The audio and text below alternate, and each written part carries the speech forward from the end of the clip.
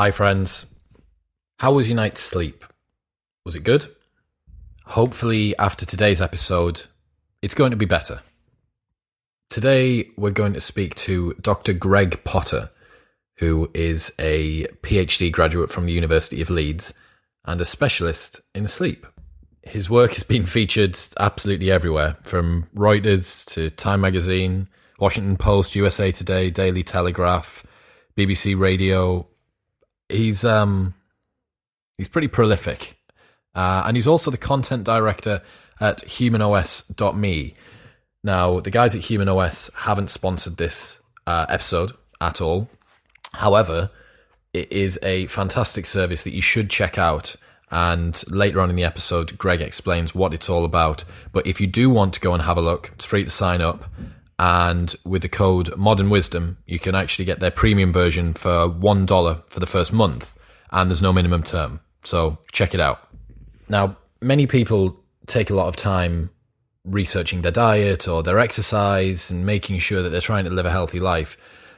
But quite a lot of us overlook just how important sleep is in this equation. And having read Matthew Walker's book, Why We Sleep, I was struck by just how little care I was giving to my sleep habits. The implications on your health, mood, and performance, both in the short and long term, are pretty drastic. And I don't think that there can be enough weight applied to just how important sleep is. Now, hopefully today, we're going to convert you from a non-believer to a sleep paragon who is armed with some new tools to improve their sleep and a passion to actually make it better. Essentially, what I'm saying is that if you live a long and healthy life with all of your faculties still intact, at the ripe old age of 95, you can be on your deathbed, incredibly mobile and full of zen, and look back at this podcast and think, thanks, Chris and Dr. Greg.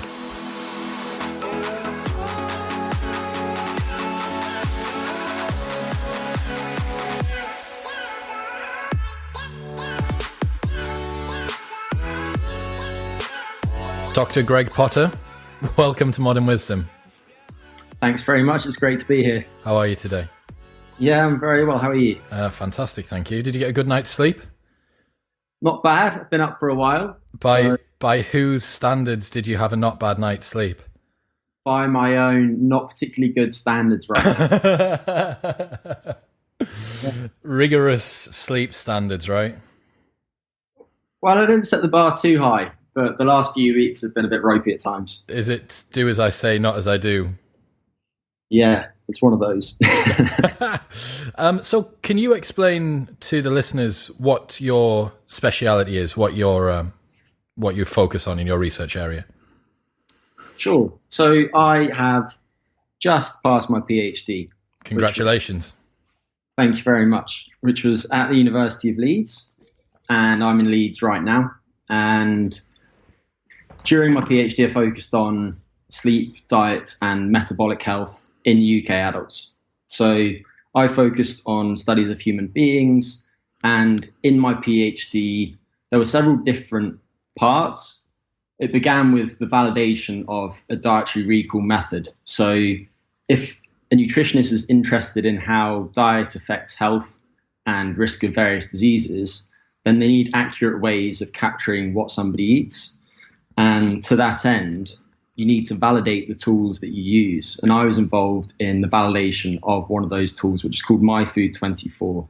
And it's the first validated tool designed for use specifically with adults in the UK. It's very comprehensive, and that paper is just being published. And I then use that data set to look at associations between when people eat relative to when they sleep and their metabolic health.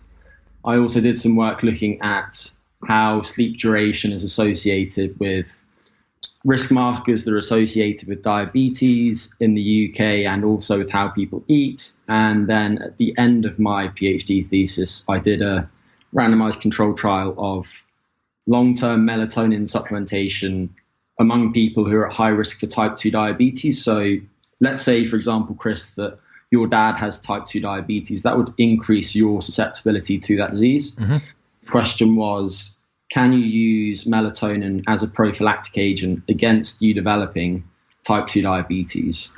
So just wrapped all of that stuff up, and now I work for HumanOS as content director, and have been working with those guys for about the last 18 months or so, and have more or less been working full-time for the last 4 months. And the CEO also has a strong background in sleep research, so we share that in common. But you're in good company then. Yeah, I would say so, for sure. That's fascinating. Well, I mean, there's an awful lot to go through there, but I know that a lot of the people who are listening will have heard me mention a number of times Matthew Walker's book, Why We Sleep. I think that's probably up there with my most ever listened to podcasts between him and Joe Rogan. And it's going to be really, really interesting to be able to dig into what I've heard and read about so much, and try and actually elicit some of the answers that I think are maybe missing from my body of knowledge, and then give the listeners a little bit more of an understanding of why sleep's important and what it does to people. And then I'm super excited to talk about HumanOS as well. I earlier on today had a pretty comprehensive browse of the site, so we'll be able to finish up with that at the end. So a lot to get through today. Smashing. Sounds good. Fantastic. So to get started, do you know why we sleep? No, not really. That's great. So it's a long-standing question in sleep research, and there are many different ways that you can try and address it. What I'll say is that there's no real consensus right now, and I think it's worth thinking about why we sleep from an evolutionary perspective. And when you think about sleep, and this is something that Matt discusses at length and with great clarity in his book, sleep's very strange in that while you're asleep, you can't eat, you can't gather food, you can't have sex, and you're vulnerable. And for all of those reasons, there should have been very strong evolutionary pressure against the development of sleep-like behavior. You're incredibly vulnerable, right? Yeah, absolutely. But as far as we can tell, more or less all species studied have sleep-like behavior. We spend a third of our lives doing it. So the question is, why is that the case? And I think that in reality, it probably serves different functions in different species. What's interesting is that different organisms have very different sleep patterns, both the timing of their sleep and also how long they sleep. And there are various things that seem somewhat predictive of sleep. So things like the complexity of social networks, nervous system complexity, the type of diets that animals consume.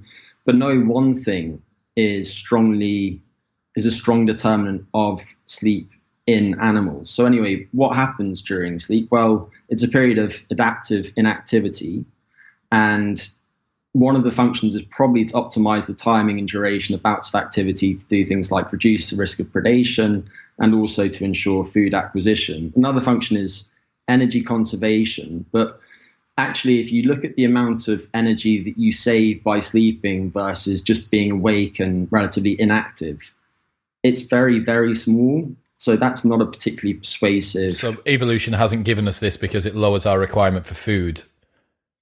Doesn't seem to be the case.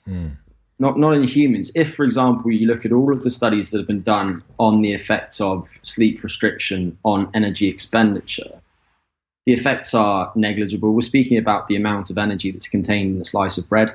It really is. Just have another bit of bread. You'll be fine, honestly. Yeah. Stay up all night, off your face on bread, and then the next day you'll be fine. Well, bread has gluten in it, and that will probably get. Oh no! You're going to trigger everybody. So anyway, there are also different things that we pass through during sleep, and each of those serves related but distinct functions. So if, for example, you look at non-REM sleep, non-REM meaning non-rapid eye movement, there are 3 stages of this type of sleep, each of which becomes progressively deeper, by which I just mean that it's harder to wake someone. Non-REM sleep, there are processes like nervous system restoration, energy conservation, and pruning away connections in your brain that you use during the day, but weren't highly used and therefore don't seem to be necessary to hold on to. During this stage of sleep, there's also a kind of waste disposal system that becomes active in the brain. And there was a study that was published about 5 years ago showing that during sleep in mice, the plumbing in the system effectively opens up and cerebrospinal fluid washes toxic debris out of the spaces in the system that's accumulated during the daytime. So that seems to be one of the functions of that particular type of sleep. Does that explain an increase in clarity of thought the next morning after you've had a good night's sleep to one degree? Yeah, it would do.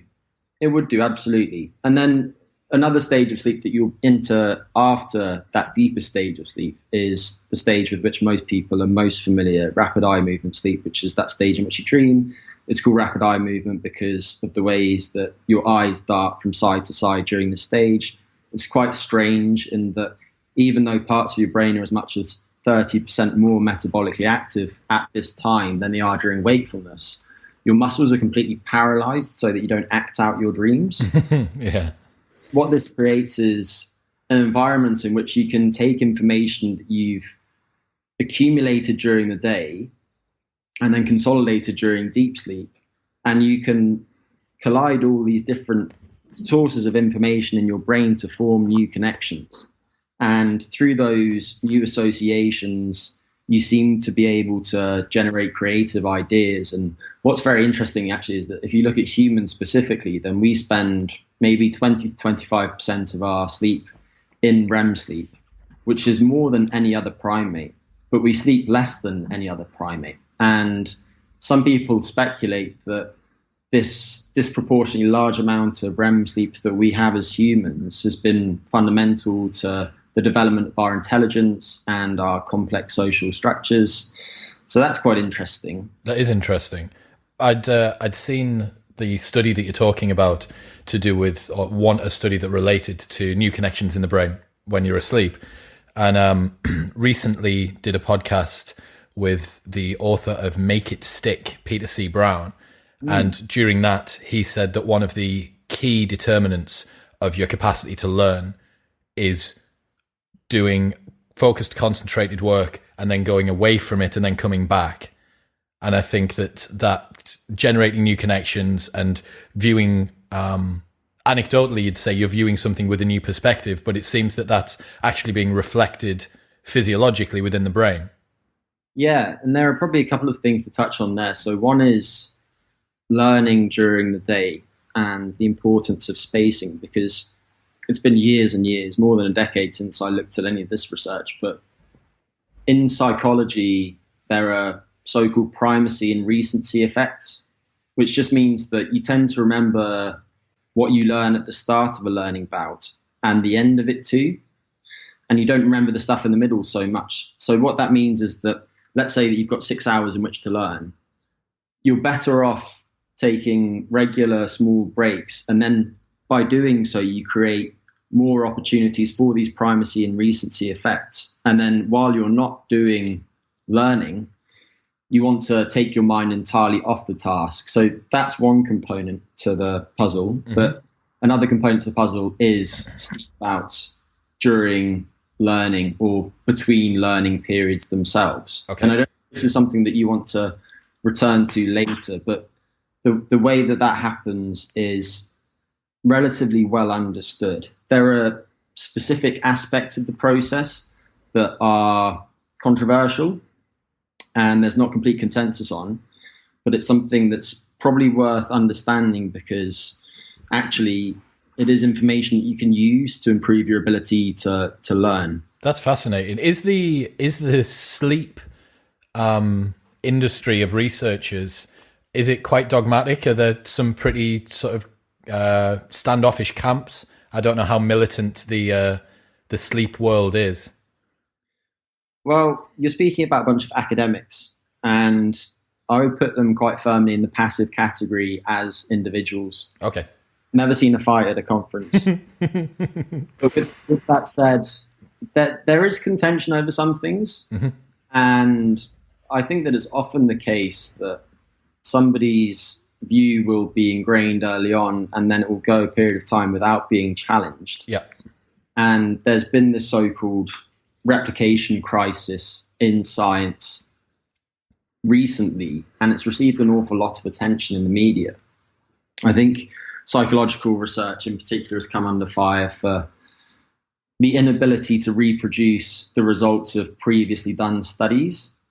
And what's nice now is that more and more journals are necessitating that people make their data open access after publishing, so people can revisit what other scientists did to make that they did in fact do what they said they did, and to make sure that they haven't dredged through their data and tried to come up with a way of analyzing their data to support their hypothesis, rather than going in there beforehand and saying, okay, this is how I'm going to look at my research question, and regardless of what the results are, I'm sticking to my guns. Well, that's the scientific principle, right? You shouldn't be trying to make the research fit a previously held hypothesis. That's not the way that it's supposed to be. But I can imagine that a lot of people, once they've got their teeth, once they're certain about something conceptually, they want the research to then reflect that. Yeah, and an issue is that it's difficult to publish negative findings in scientific journals. By negative findings, I don't mean that they're disheartening or anything like that. I mean, there's no effect of A on B. Yeah. And it's less glitzy, right? It's not as much of a melatonin doesn't affect sleep quality, isn't as much of an exciting title. Oh, that might actually be, but something else that A doesn't affect B, it's not as attention grabbing, right? Yeah, it's not going to get on the front page of the Washington Post anytime soon. I got you. So we understand, we have a beginning of an understanding of what we think sleep is required for from an evolutionary perspective. Do we know how much is optimal? Is there an agreed upon time? It's kind of this wives' tale anecdote that 8 hours is how much we need a night. Is that correct? There are guidelines, but you can't take the guidelines and assume that you're correct, that they are correct for you as an individual. The guidelines vary according to how old somebody is. So if you look at young people, they need more sleep than adults. And for adults, according to the National Sleep Foundation, on average, we need 7 to 9 hours per night. But there is relatively substantial variability between people in sleep need. And one other thing that I'll add is that the amount of sleep that you need is a moving target. So I don't know what your experience is, but for me, for example, I generally find that I sleep more in the winter than I do in the summer. And I think that's probably somewhat related to the photo period. Mm-hmm. Also, if I'm going through a period in which I'm exercising particularly intensively, then I'll need more sleep. If I have a cold, then I'll need more sleep. If I'm stressed about something and I have a deadline on the horizon, then it's just as if the alarm clock in my brain just comes online a little bit earlier. Yeah. For that reason, invariably, I sleep less. So even though we have these generic targets, I think that actually fundamentally you give yourself the opportunity to get the sleep that you need by getting in bed on time. You focus on preparing for sleep as well as possible by getting in the right frame of mind, and also supplying with your body with what it needs, ensuring that your environment around you is conducive to good sleep. And then you don't wake up to an alarm and you see how long you sleep. And it sounds facile to explain that way, but I do think that is how it is. With all of that said, 7 to 9 hours is a good baseline for most people. And we understand more and more about some of the things that do influence why some people need more or less sleep. But some people, I think, historically have thought that there are those lucky few out there, the Margaret Thatchers of the world, who need 3 hours of sleep and they function just fine. And that just doesn't seem to be the case. Mm-hmm. So of all of the genetic variants that have been identified so far, the particular variant that's associated with the shorter sleep phenotype is, on average, a variant that has adult sleep about 6.2 hours per night, which I think is probably far more than most people would expect the shorter sleepers to sleep. Is that the phenotype which is present in the same percentage of people that get hit by lightning? Is it the incredibly rare one? Yeah, that sounds about right. Yeah, Is it like, I think it's 1 in 120,000 or something like that. it's very rare. Yeah. Right. So I think it's safe to assume that you don't have that phenotype for the vast majority of people that are listening. So what that means is you need to be aiming for between 7 and 9 hours. And just how important is sleep to our short-term and long-term health? That's a very big question. Yeah. Okay, so where would you like me to start with that? We can speak about metabolism, or Let's take it from the top, wherever you think's best to set the scene, and go from there. okay. Well, I suppose there are different ways of looking at it. Obviously, you can't have an intervention in which, over a very long period of time, you have one group of people shorten their sleep and you have another group sleep as much as they like. So, in order to get at the effects of sleep on the population level, people use epidemiology to study populations. And typically those types of studies will just have people answer questions about sleep. And then researchers will associate how long people report sleeping with various health outcomes. And preferably, they will also follow them up over time. So in those circumstances, prospective studies like that can be used to see whether short sleep at baseline predicts greater development of chronic disease further down the line, for instance. Okay. So that's one way of looking at things. The problem with that is that there are all sorts of confounding variables. So it's self-reported, right? It's hardly a scientific approach. Yeah, well, it is a scientific approach, but it's not objective. Okay. That's the point. And in order to get a more objective handle on the effects of disrupted sleep on various outcomes, you need to look at sleep studies in which people come in the environment, into the laboratory environment, and they are given a certain amount of time in bed, and then you assess various outcomes of interest. So if we start with metabolism, for example, then we've known for about 20 years now that as little as 5 nights of shortening somebody's sleep to 4 hours per night results in otherwise healthy young people temporarily becoming pre-diabetic. Wow. Not only that, they also tend to eat differently. So that effect is seen when somebody's diet is held constant. But if you let people choose what they eat, then on average, restricting somebody's sleep duration to a period of, say, 4 to 6 hours per night tends to increase the amount of energy they consume by about 385 calories a day. Okay. Which doesn't sound like much, but of course, health is the consequence of your behaviors over a long period of time. So the cumulative effect of all of these small impacts adds up to something meaningful. And 385 calories a day over the course of a year, that's the amount of energy that's stored in about 18 kilograms of fat tissue. And I'm not saying that you would gain 18 kilograms of fat tissue because you have this lipostat in your brain, which will actively try to defend how much fat you carry, so that it's relatively unwavering. But you are likely to gain weight, let's put it that way. So sleeping less means eating more. And I'm going to presume that people, when they are tired, I know for myself, if I've had a really bad night's sleep or if I haven't slept enough, I'll reach for less healthy foods as well. That's exactly right. Yeah. So it's not only the amount of food that people are eating, but it's also the quality of food that seems to be affected by sleep loss.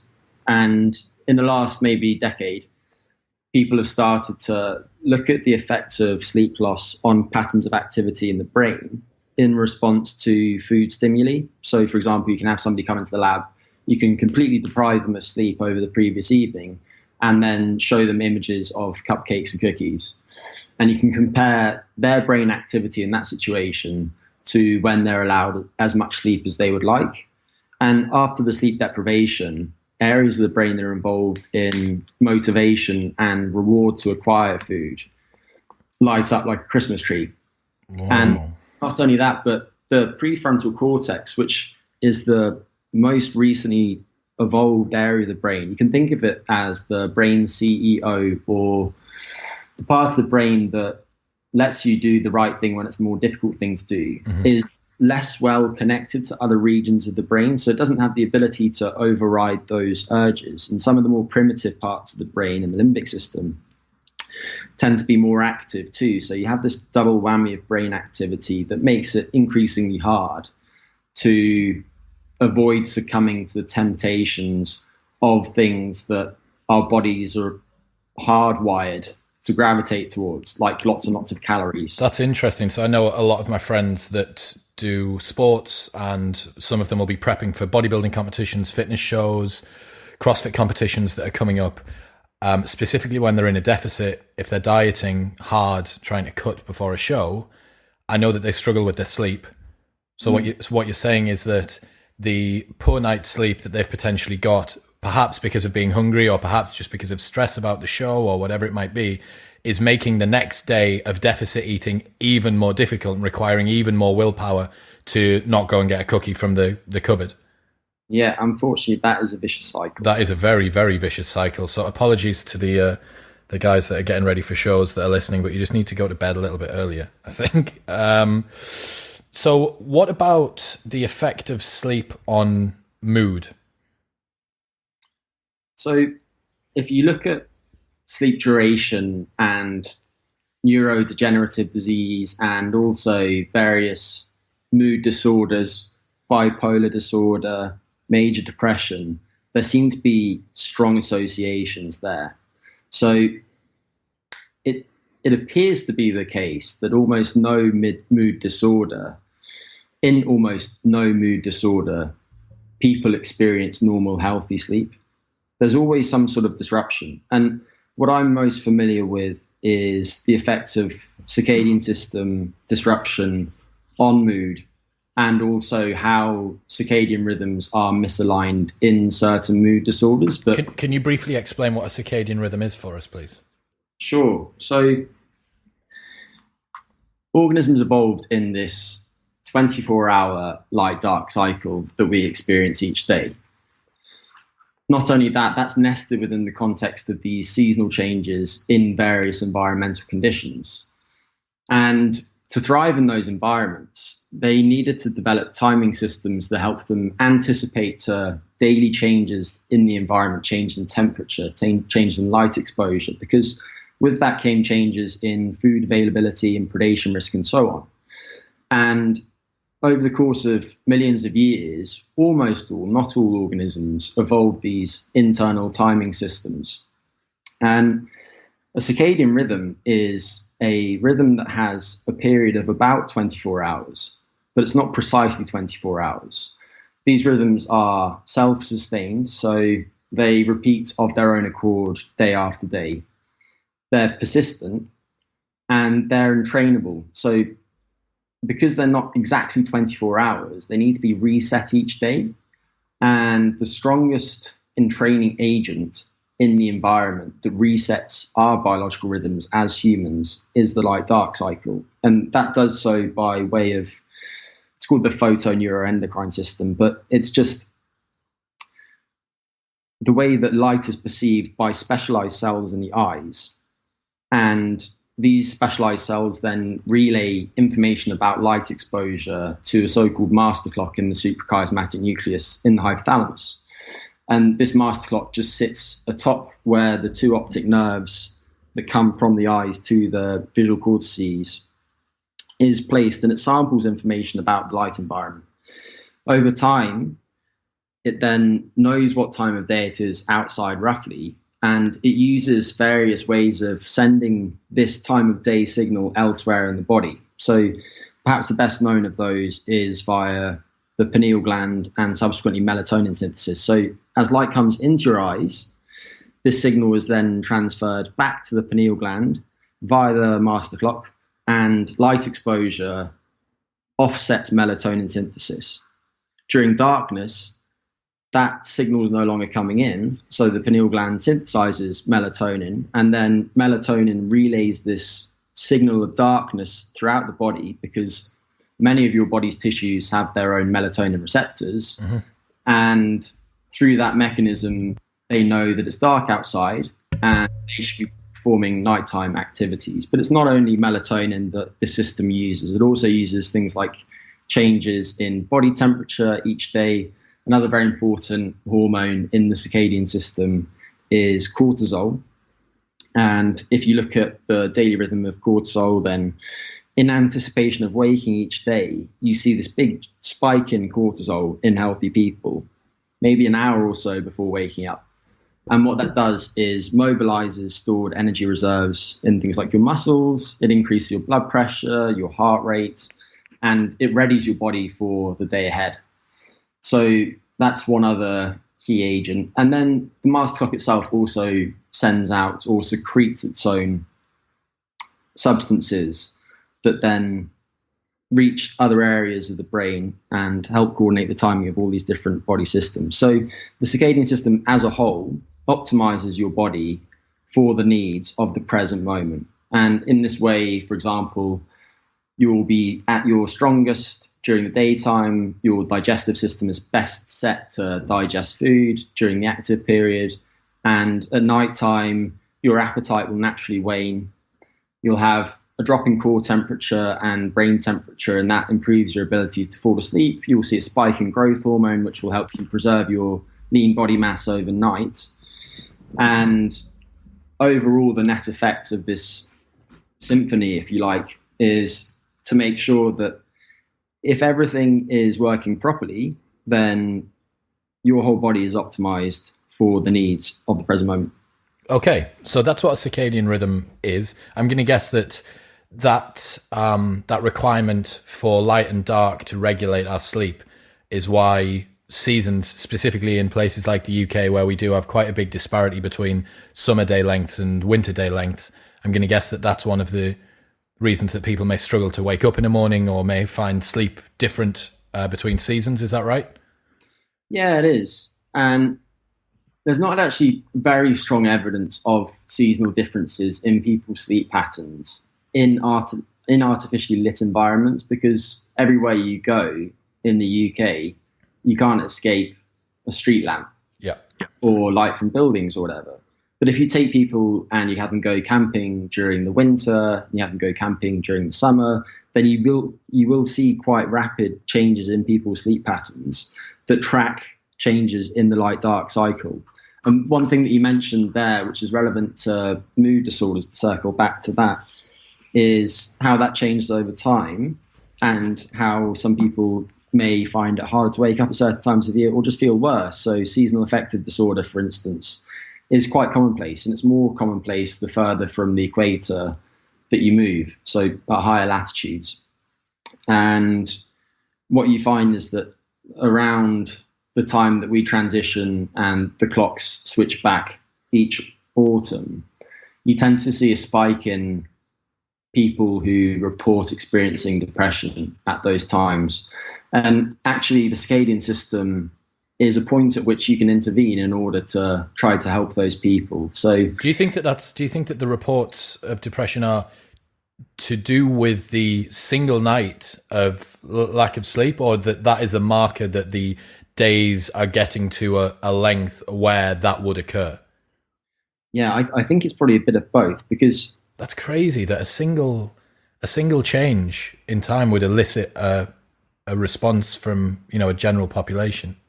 Yeah, I think the strongest evidence of the change in time producing that kind of response is daylight savings time. So during the springtime, when we lose an hour of sleep each year, you tend to see a spike in traffic accidents at that time of the year, for example. There's also some relatively weak evidence that you might see an increase in cardiovascular incidents at that time, so an increase in things like heart attacks. Off the back of one night? Well, it's one night acutely, but of course people have to keep waking up early. So let's say that the first night you lose an hour of sleep, and then you start to adjust to being a little bit earlier, but you never fully adjust. So maybe the second week you're losing 45 hours of sleep, and the third week you're losing 30 minutes of sleep, and so on. Yeah. I think that there's a cumulative effect there over time. So I think that's probably the best evidence of that type of acute disruption to sleep having long-term consequences for lots of people. But also there is this change in photo period that seems to independently affect risk of people experiencing certain things. Okay. And I think particularly up at the poles, people are at very high risk for that. Yeah, definitely. I mean, there's periods, entire months where the sun doesn't set. Yeah. If you were ever going to be somewhere and suffer with seasonal affective disorder, it's going to be at either of the poles. So, going back to moods, is there any research which shows a link between someone with sleep deprivation and depression? That's an interesting question, because actually, historically, sleep deprivation has been used as an antidepressant. Really? Yeah, a single night of sleep deprivation. So quite often it's the case that people with depression will experience poor sleep. And if you deprive somebody of sleep over one night, then they have this really strong increase in the pressure to sleep. And then in subsequent nights, they sometimes find it easier to get back onto some sort of consistent sleep schedule. Like wiping the Etch-a-Sketch board clean, so to speak. Kind of, yeah. But also, during that night of sleep loss, people's mood does tend to improve acutely. And we don't really understand fully why that's so. I haven't looked closely at that research. I know that somebody who I've collaborated with at the University of Surrey has published some work on that. And they looked at the metabolome, which is where you basically take a biological sample. So let's say you take somebody's blood and you look at all of the metabolites that are in that blood sample at that particular time of day. And you can take them at various points during the day and look at how the metabolites respond to various interventions. So, for example, diet or sleep loss. And if you look at the effects of sleep loss, then I think that there's evidence that you see changes in serotonin signaling, serotonin metabolites. And serotonin's a neuromodulator, neurotransmitter, which is important to things like mood and sexual function, motivation, all sorts of things. But I think that the strongest evidence, of course, that serotonin is critical to that is the fact that what's the most common antidepressant medication people use? It's SSRIs, yeah. Reuptake inhibitors, which basically prolong the amount of time that serotonin is in the synapse between neurons in the brain. It reduces the clearance of the serotonin from those. So sleep deprivation does have these short-term antidepressant effects, but those effects aren't sustained over time. And actually, as I alluded to before, what you tend to see is that over the long term, of course, worse sleep is associated with poor mood. The tricky thing, as I briefly touched on, is just that often somebody sleeps poorly, but how do you causally tie that to some specific outcome in an observational study, when the people who sleep poorly might be smoking more, they might experience more stress at home, perhaps they drink, they have all of these other lifestyle behaviors that negatively affect the health outcome in question. Yeah, it's very difficult to isolate, right? Yeah, that's it. So one thing that's interesting here, is there a way that sleep scientists have been able to detect the arrow of causality between sleep and issues, or issues and sleep? Am I sleeping badly because I'm depressed, or am I depressed because I'm sleeping badly, for instance? Yeah, I think it's easier to address the former question, because you can disrupt somebody's sleep and then look at the effects of that on an outcome. But you can't improve, for example, one particular outcome and then look at the effects of that on sleep. Does that make sense? Absolutely. Yeah, absolutely. If you were looking at something like diet and sleep, then you can. You could do an intervention in which some people consume a specific meal 3 hours before sleep for a period of time, and then cross them over into another group in which they consume a different meal and look at the effects of that on their sleep. It's just that if you have something like mood, then that's a much more difficult construct to try and get at. Incredibly subjective, right? Yeah, that's right. Very much so. So we've touched on sort of short and medium term effects of sleep. What about when we're talking over a lifetime for someone who potentially does shift work or has got is chronically underslept? What are the sort of things that can happen there? And then conversely, what are the effects of someone who's sleeping well over that period? Yeah, so over a lifetime, the best data that we have really are those types of observational data. And if you look, for example, at obesity, then people who report sleeping less than, I think, 7 hours per night are at 45% higher odds of developing obesity later in their life. That's based on results from meta-analysis, which is a study of studies which was published last year. That's 7 hours, which I think for a lot of people they'd consider, oh, well, I'm only 1 hour off 8 and 8's what I'm supposed to get. Yeah, exactly. And of course, there could be misreporting, but when you're speaking about, in this instance, 11 studies on nearly 200,000 people, then that's actually quite persuasive. There's got to be some proof in the pudding, yeah. Yeah, you think so. But then there are also lots of other conditions that you could look at. So neurodegenerative diseases like Alzheimer's or dementia. And again, you see that same type of association. Is there an increased risk?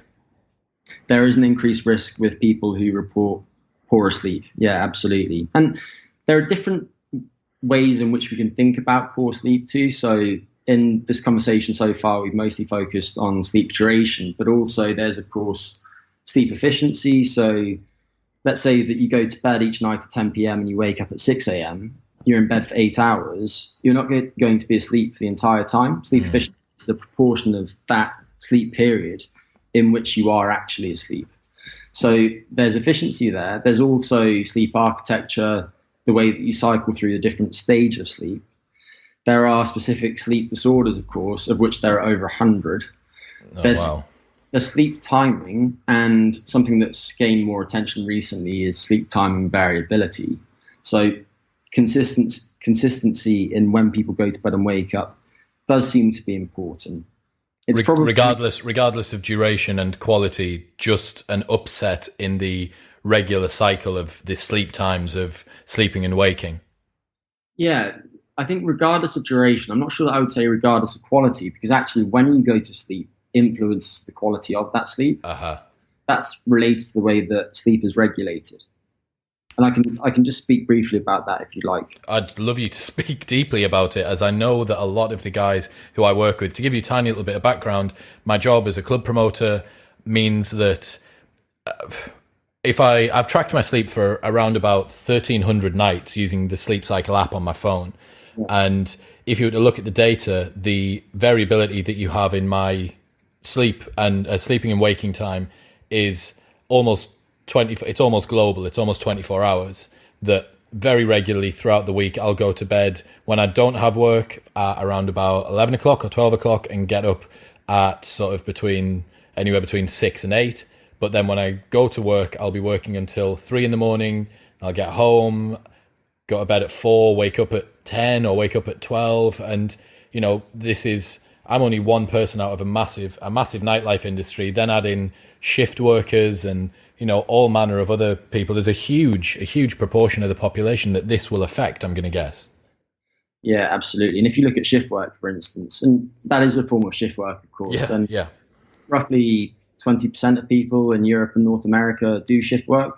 And it doesn't just affect those people, it affects their loved ones too. So you have all these secondhand shift workers. You have to tolerate you poor shift workers who do that work. And it's really important work. You wake the missus up when you get in at 4 a.m. and then...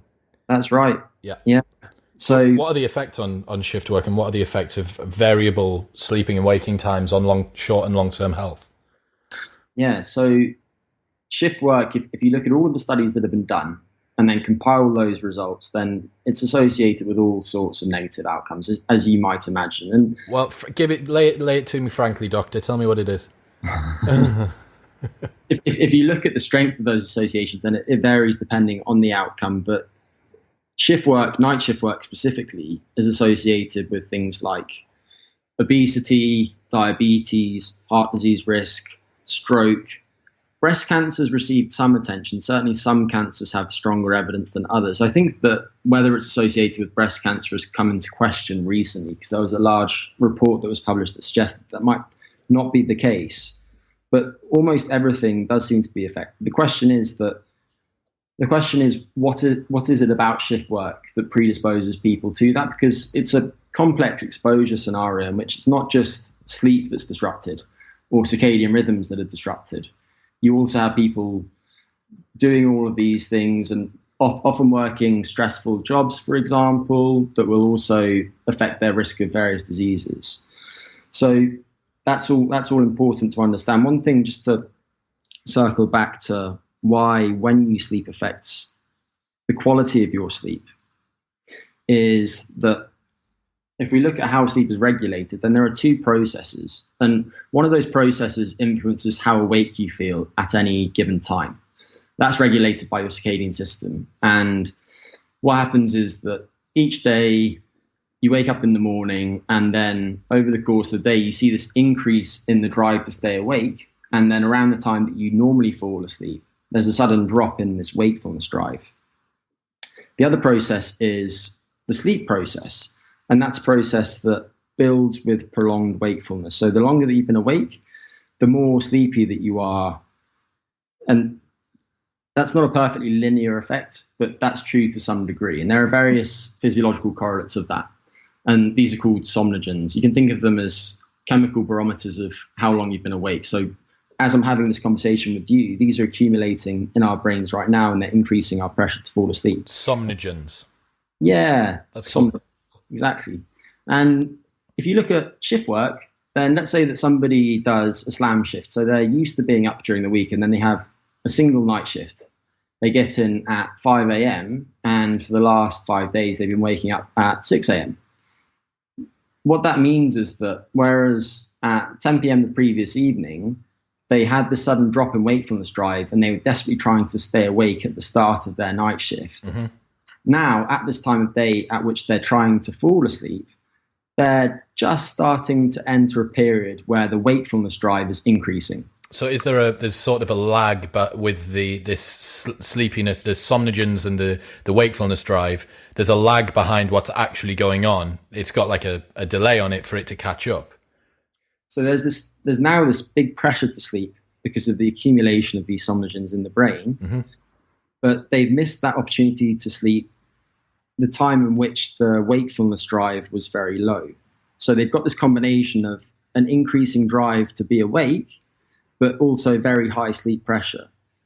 And for that reason, it's not quite as easy to fall asleep as it would have been otherwise. But let's say that they do fall asleep.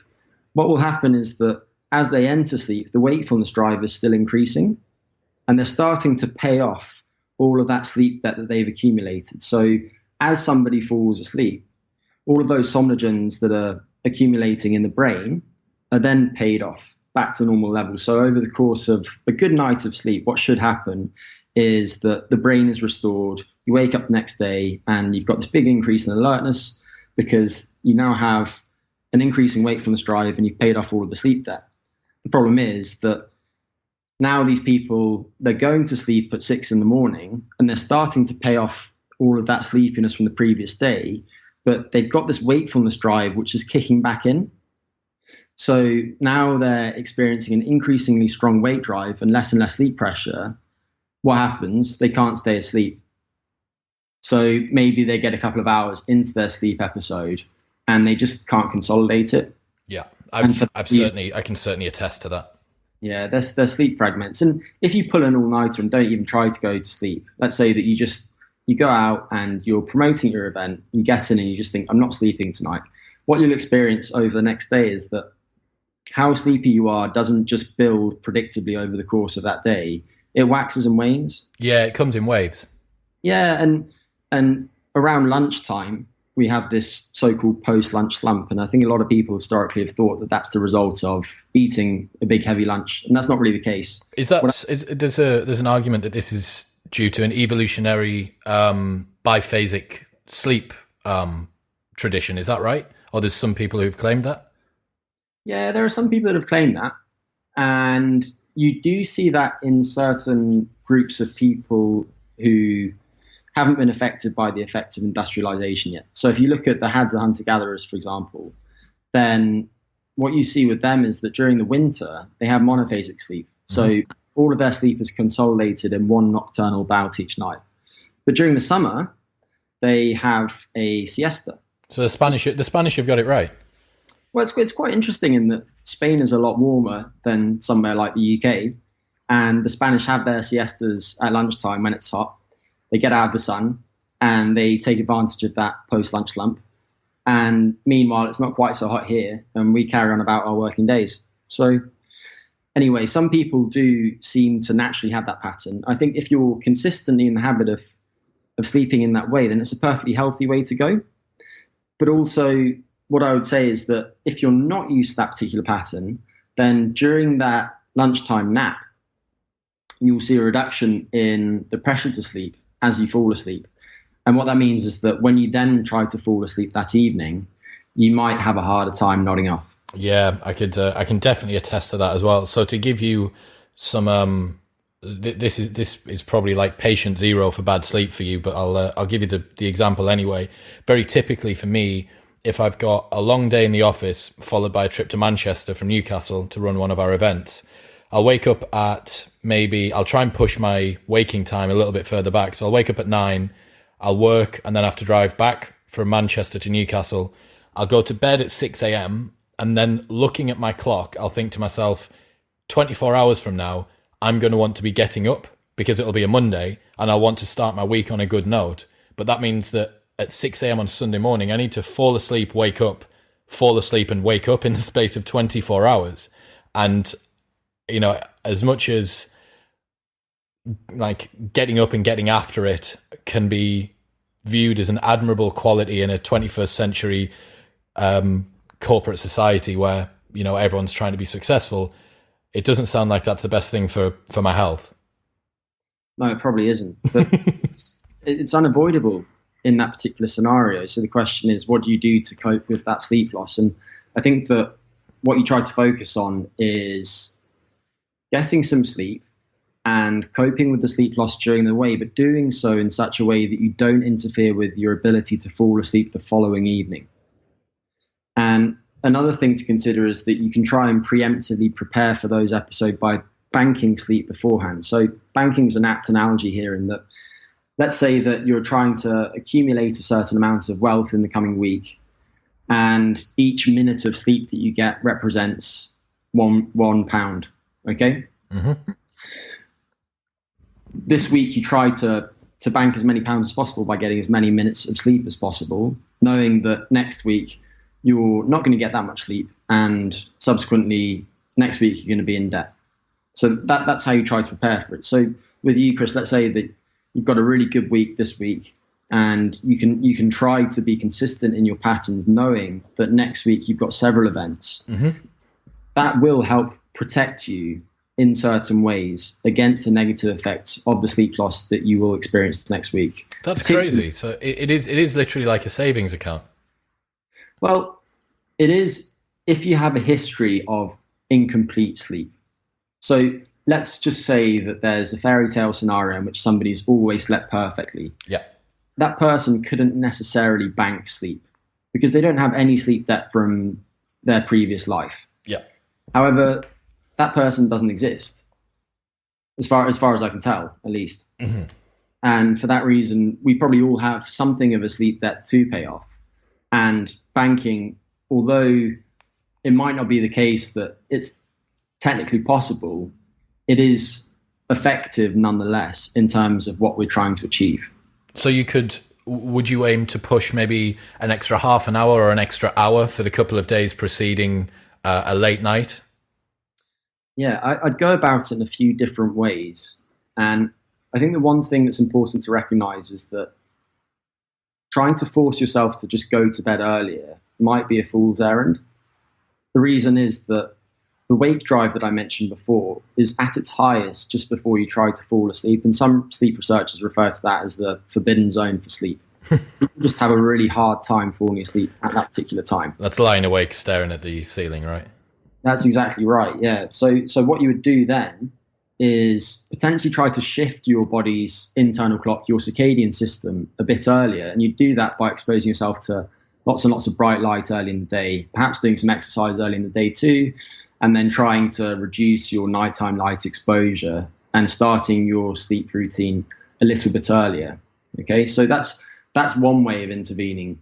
Another thing is to address your caffeine intake. So while you're trying to bank sleep, trying to taper that, or maybe go cold turkey. Don't do it to me, Greg, please. But it does make sense because I know, but you're killing me. Caffeine is an adenosine receptor antagonist. So one of the somnogens, which we spoke about earlier, is adenosine, which is a breakdown product of ATP. So as your brain expends energy during the day, it releases ATP from presynaptic neurons into the extracellular fluid that bathes brain cells. Okay.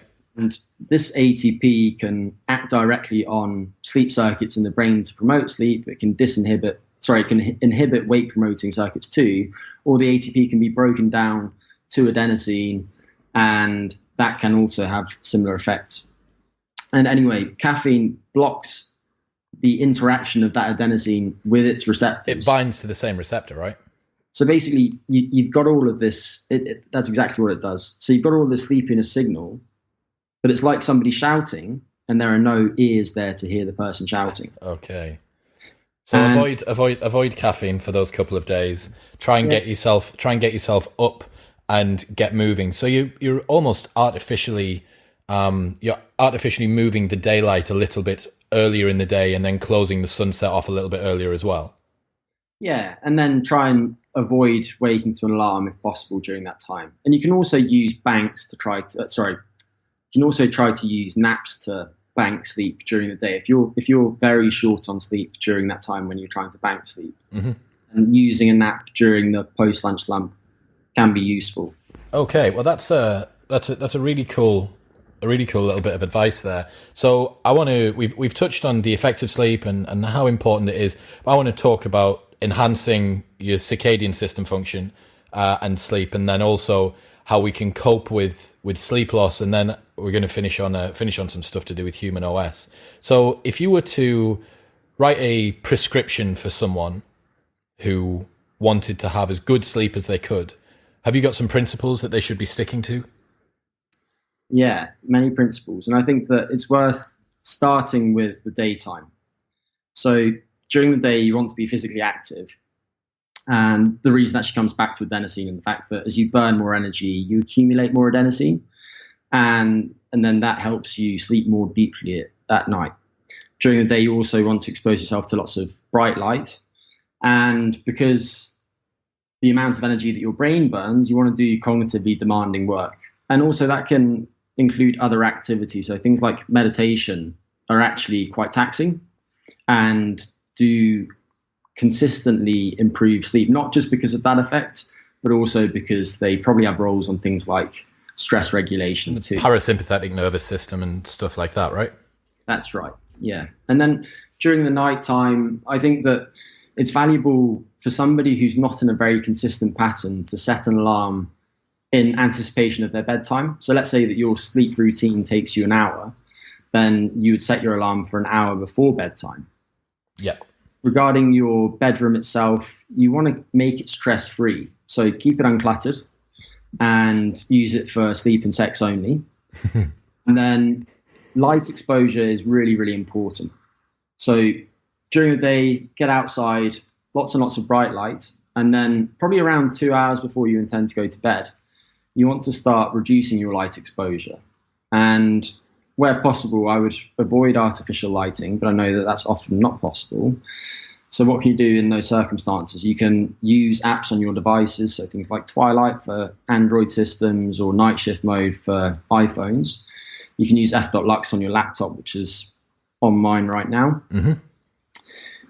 You can also use things like blue blocking glasses. I don't personally use them. I just don't have the self-confidence to wear them. We're getting into Ben Greenfield territory with blue blocking glasses, aren't we? Yeah, a little bit. So there's that too. And then as you fall asleep, either use blackout blinds in your bedroom, good curtains, or just use a sleep mask. Is there any substance to photoreceptors in your skin being able to detect light? In short, I don't think so. There was a paper that was published in the journal Science in 1997, which received a lot of airtime. This was the kind of journal article that would get on the front page of the Washington Post because it was novel, but it wasn't replicated. And what they did is they shone light on the back of somebody's knee, I think, during sleep, and supposedly it was able to shift the timing of the circadian system.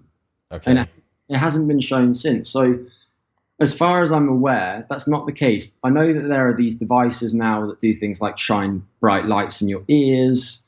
Yeah, there's all kind of weird and wonderful sleep aids now, isn't there? Yeah, and not just for sleep, because light actually has a variety of other effects, the non-image forming effects, but effects that are either related to the circadian system or they have effects on things like cognition. So bright light exposure during the daytime routinely will acutely boost someone's mental performance if they haven't been exposed to bright light before that. And that's why actually one of the ways to cope with sleep loss that we'll come to is making sure that you spend some time outside. So that is part of the picture. But these devices anyway that shine... They're shining lights in your ears. Yeah, I'm not sure about them. I haven't looked close at the research. You don't have a pair? I don't have a pair, no. And I'm not aware of any sleep researchers that seem particularly persuaded by their utility. I'll put it that way. Okay, so I mean, there's definitely a going back to a couple of Ben Greenfield podcasts that I've heard and a few other anecdotal bits of evidence.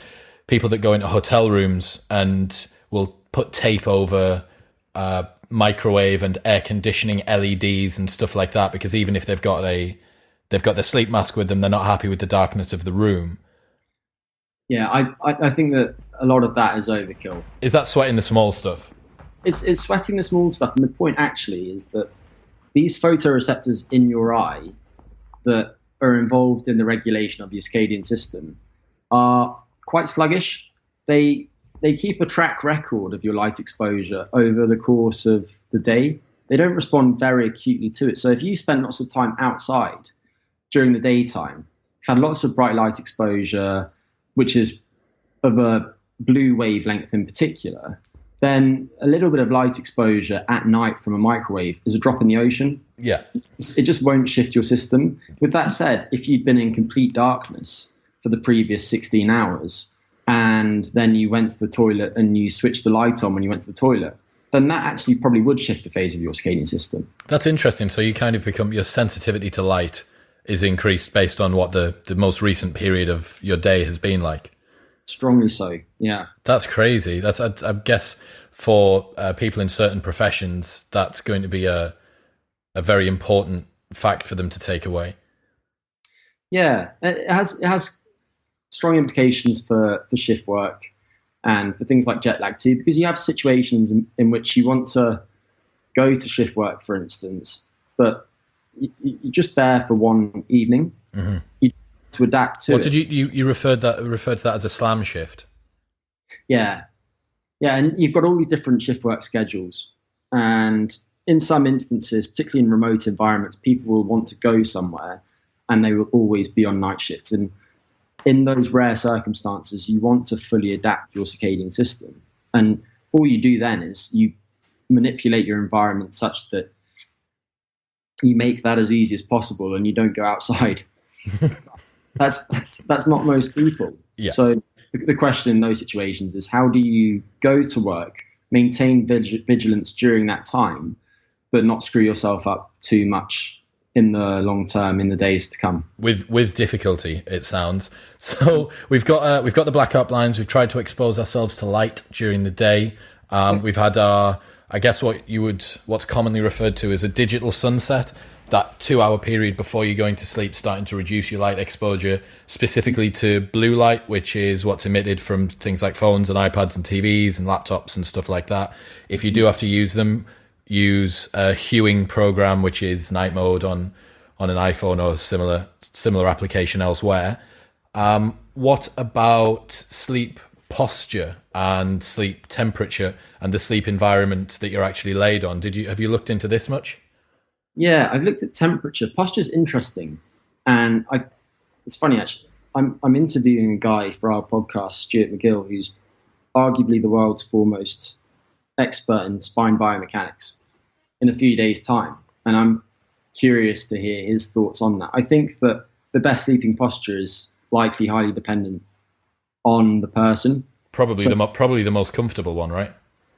Surprise, surprise. Yeah.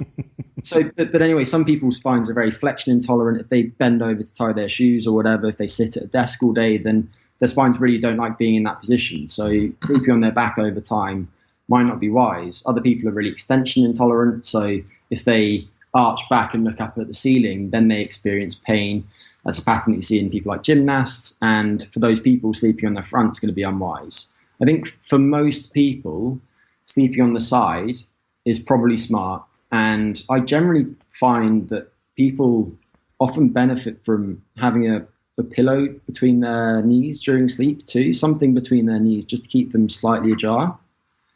And I suspect that's related to the spine, but I don't actually know what the mechanism is. It's just that many people seem to be more comfortable in that position. But you and Mr. McGill will hopefully find that out. By the time that we've published this, I think yours will be up as well. So I'll make sure that I link that in the show notes for the listeners who want to go and do some further reading or further listening, it should be. So how about temperature?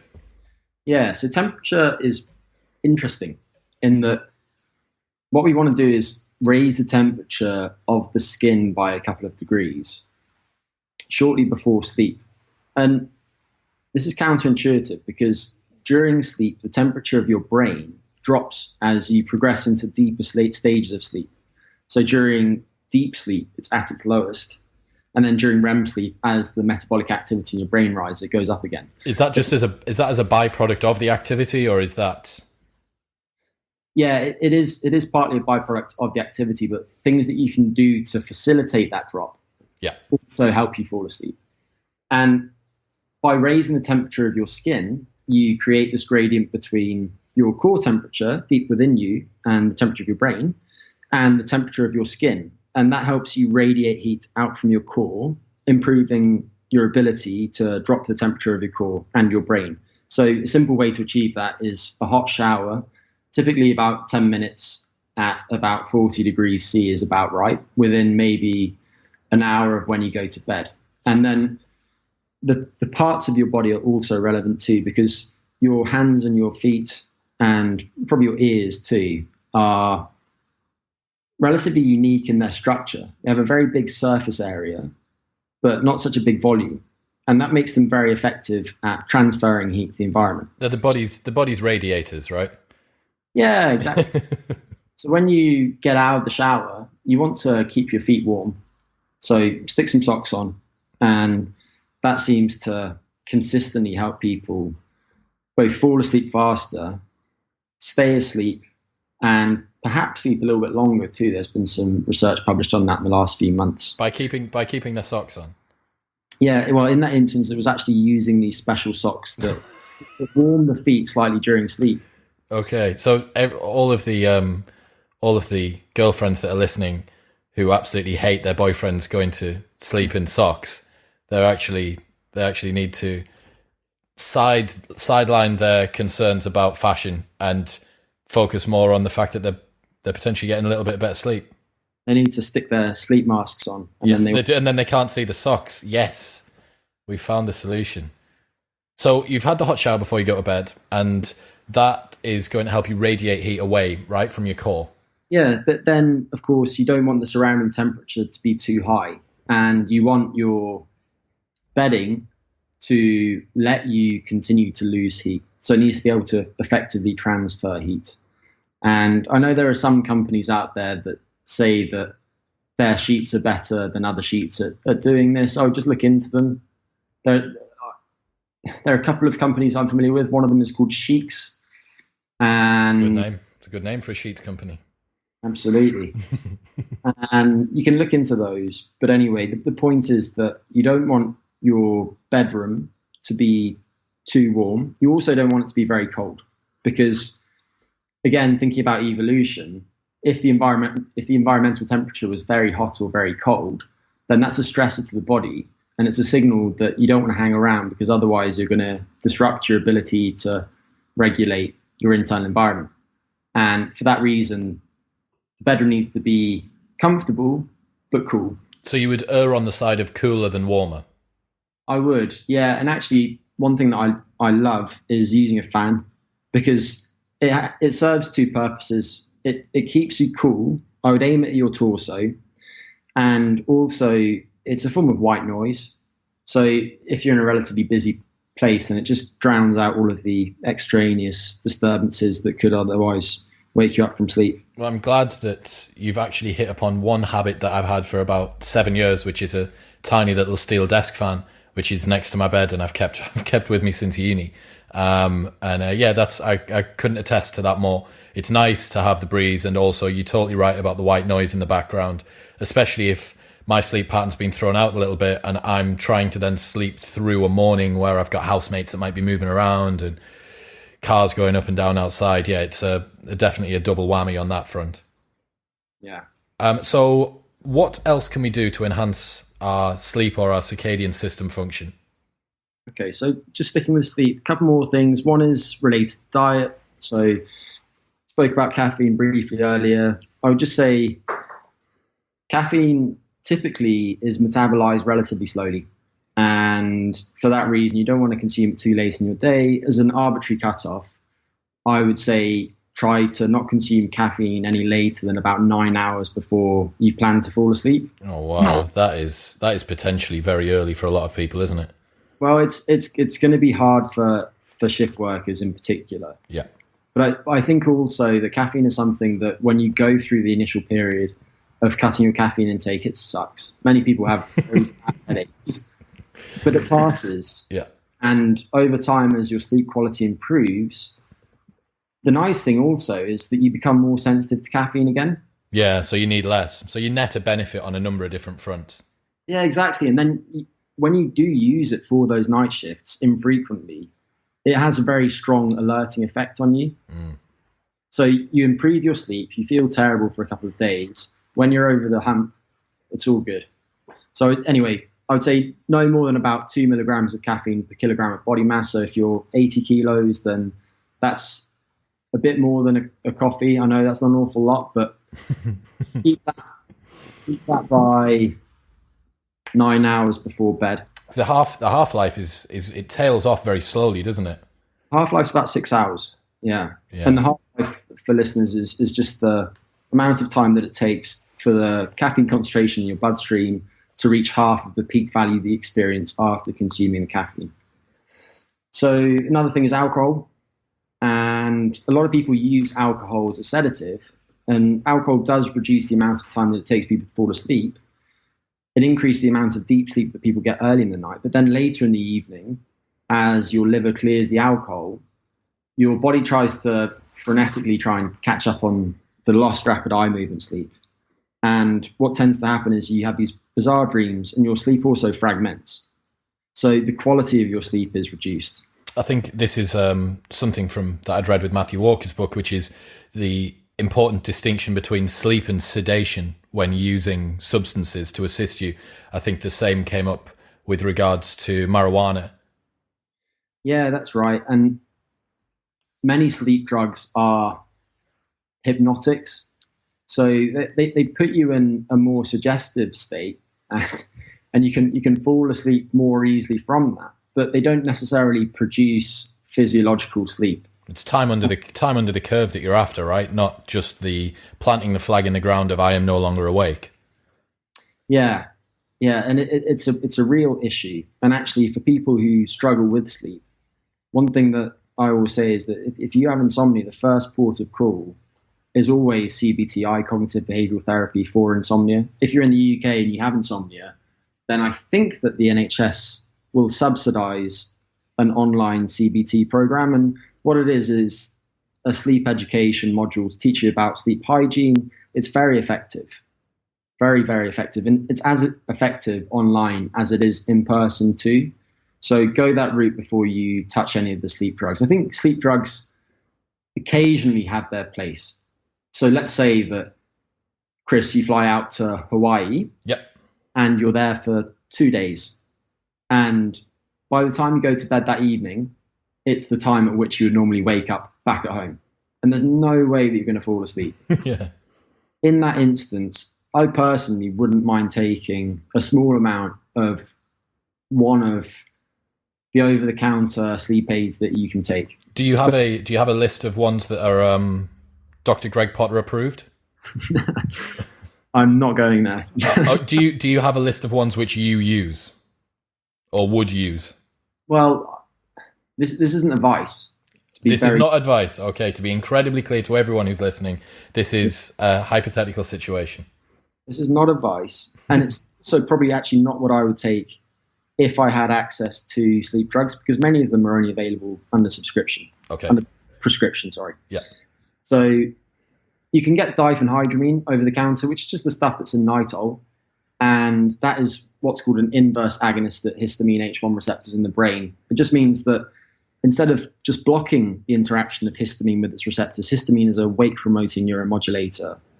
And instead of just blocking that interaction, it actually has the opposing effect. And diphenhydramine seems to help people fall asleep a little bit faster and stay asleep slightly longer. And it is available over the counter. The recommended dose is 50 milligrams in the research. You normally buy it in 25 milligram tablets, and they'll say start with that. Yeah. And increase your dose up to a maximum of 50 milligrams. So I think that can be useful. The problem with all of these things is that when you target one particular neuromodulator in that way, you can quickly produce dependence and withdrawal too. Yeah. And actually, it's funny because there's a discordance between people's perceptions of natural substances and medications. So people will often resort to herbal sleep aids thinking, oh, it's natural, it must be safe. If they're targeting the same chemical pathways in the brain, then just because something is from a plant, it doesn't mean that it's magically going to be okay and that it's going to have fewer negative consequences than its synthetic counterpart. The potential for it to carry along with it some byproducts that might have unintended consequences as well is probably a little bit higher than something that's been synthesized purely for the purpose of being that particular pure compound. How well regulated is the supplement industry? Incredibly not. But the drug industry is also, well, debatably, but at least a little bit more, I think. Yeah. So what about, I'm going to touch on it because I was recently in America, and this seemed so widespread. I knew that I was going to have a sit down with you, so I wanted to ask some people. Of a group of 5 men and 10 women that I was sat around a table with, which is definitely not a representative sample, but 10 out of the 15 of them all use melatonin every night, and all of them reported using the tablets at least a couple of times per year. Okay. The tablets that they were referring to mostly were sublingual ones, which dissolve under the tongue. I know that melatonin isn't available in the UK, so this may be a supplement that a lot of people who are listening have never tried. Have you had a look at much research to do with melatonin? I guess it's external melatonin, or? Yeah, I have. Well, the final chapter on my PhD was on this topic. Oh well, you should know a little bit about it then. Yeah, I wouldn't claim that, but anyway, that's interesting. And what you're saying is that those people take it when they're at home on local time, but they think that it helps their sleep. Exactly that. And multiples of this group were combining that with wine, and of that, a smaller subsection were combining it with wine and weed. Yeah, so polypharmacy isn't smart, but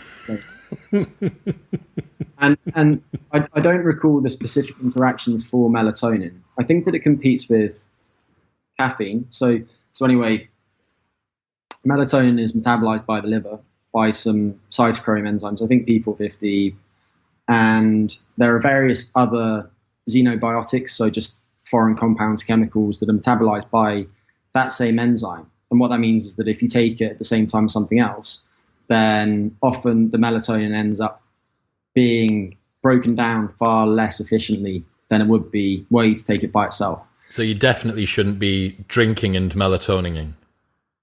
It's just a weird combination too. Well, being frank, if that's the worst thing that the people sat around the table were taking from America, Yeah. it's potentially not. It's certainly not as bad as some of the stories that you hear coming out. But so It could be what? much worse. Yeah. It could be an awful lot worse. Yeah.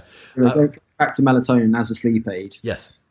I think that it's useful for helping people to synchronize their circadian systems when the circadian system is misaligned. So jet lag or adaptation to chronic shift work, great, perfect use case scenario. With very old people, sometimes they experience things like calcification of the pineal gland, and in general, their circadian rhythms become more disrupted at many levels. Are we talking 60 plus, 70 plus? It's like anything else. If you look at the loss of skeletal muscle mass with age or decline in cardiorespiratory fitness, it's a gradual process. Okay. So it's not like there's some sharp cutoff, but there probably could be with some disease states, with that said. Okay. So as you see these dampening of circadian rhythms with age, I think that those people would sometimes benefit from melatonin. And there's a little bit of evidence to that end too. So, for example, there's been work on people with insomnia who are also elderly taking a slow release form of melatonin called Circadian at 2 milligrams, and it seems to help those people maintain their sleep over the course of the evening. There's also some work on postmenopausal women and the effects of taking melatonin over the course of a year, looking at bone mineral density in particular and body composition. And actually, melatonin seemed to increase bone mineral density and reduce fat mass. So at the end of the year, their weight was relatively stable, but the composition of that weight had improved. Ah, yeah, okay. So with those elderly people, I think that it can be useful. But for most of us who have relatively well-functioning circadian systems, I don't see it as being very useful. I personally would use it at a 5 milligram dose during jet lag. Jet lag being when you travel across at least 3 time zones. Uh-huh. And I would take it about 2 hours before bed, typically. And you can use it preemptively too. So if you want to help you start preparing to adjust to a different time zone in advance of flying out there, then you can take it in the days before. So let's say that you want to fly 3 time zones to the east and you'll need to wake up earlier and go to bed earlier. Yeah. You can start taking melatonin progressively earlier in the days before. Yeah. Start to align yourself with the time zone that you're moving to before you get there. Yeah. So I think that's useful. Okay. And then shift work potentially as well. Chronic shift work, yes, to help stabilize their patterns, because it's just so easy for people that consistently work night shifts to finish up and then start driving home and the sun's coming up, and it's coming up at exactly the wrong time. Yeah. It's regular when I'm driving back from Manchester, if it's during the summer, that I'll need to put my sunglasses on because I'm driving down and the sun's setting. And then at around about 3:30 or 4 a.m., I'll need to put my sunglasses back on because the sunrise is hitting me in the face as I'm trying to get home. Yeah, well, it's smart. That's exactly what you should be doing, putting your sunglasses on. Yeah.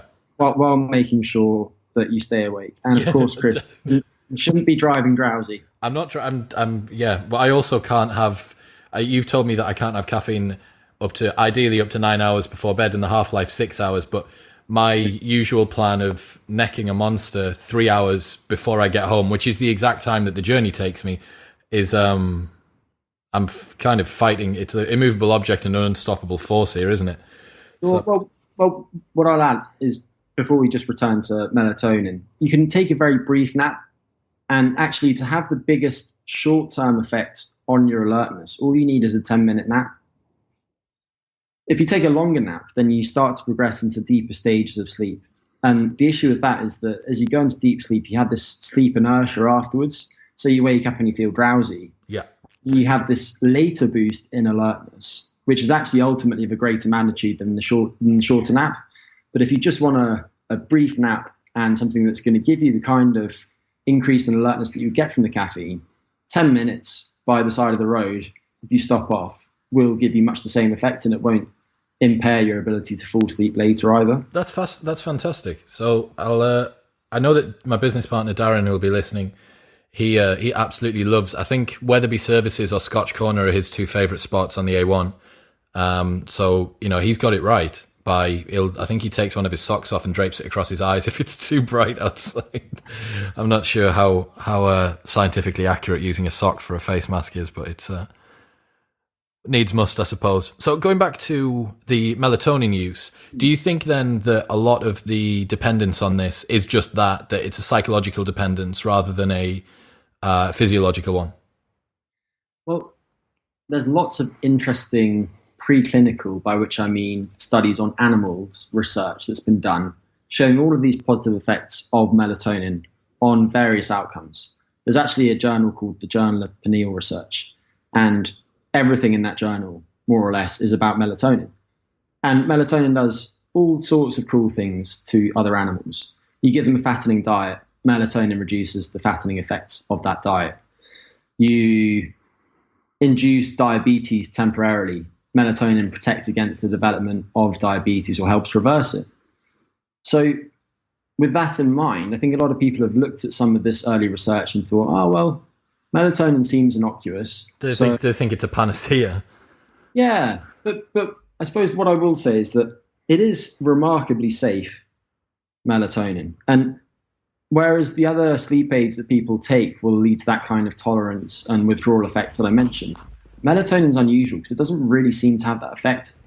So if you, for example, as a guy, take testosterone, then there's this negative feedback cycle. You have this exogenous or from outside the body testosterone that's floating around your bloodstream, and your body will naturally shut down its own production to help you maintain relatively normal levels within your bloodstream.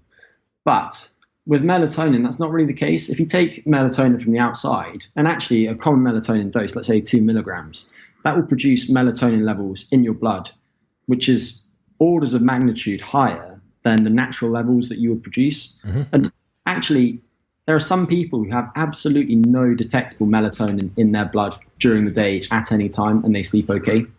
So melatonin, whereas people think about it as a sleep hormone, isn't really a sleep hormone. If you take it in those big doses, then it does reduce core body temperature and help people fall asleep a little bit faster. And you do sometimes see that effect in healthy people. But apart from that, the effects on sleep seem to be quite negligible. And there's also some emerging evidence now that melatonin does play roles in metabolism, as you would expect, because it's carrying this nighttime signal throughout the body. And in people with a particular variant of the melatonin receptor, having too much melatonin floating around at the wrong times is not a good thing because, for example, it will impair their ability to dispose of glucose in their bloodstreams effectively. Yeah. So with all of that said, a healthy young person taking melatonin, they might fall asleep a little bit faster. They're unlikely to do themselves any harm in the long term. If they have this melatonin receptor variant, then it might be contraindicated. But save your money and spend it on something more fun or more valuable to your health. Yeah. So save the money on that tub of melatonin or something similar and buy a pair of blackout blinds. Much smarter. Okay. Just because we're on to draw a line under substances, compounds like 5-HTP, I know that they're very, very popular. Have you had a look at anything to do with that?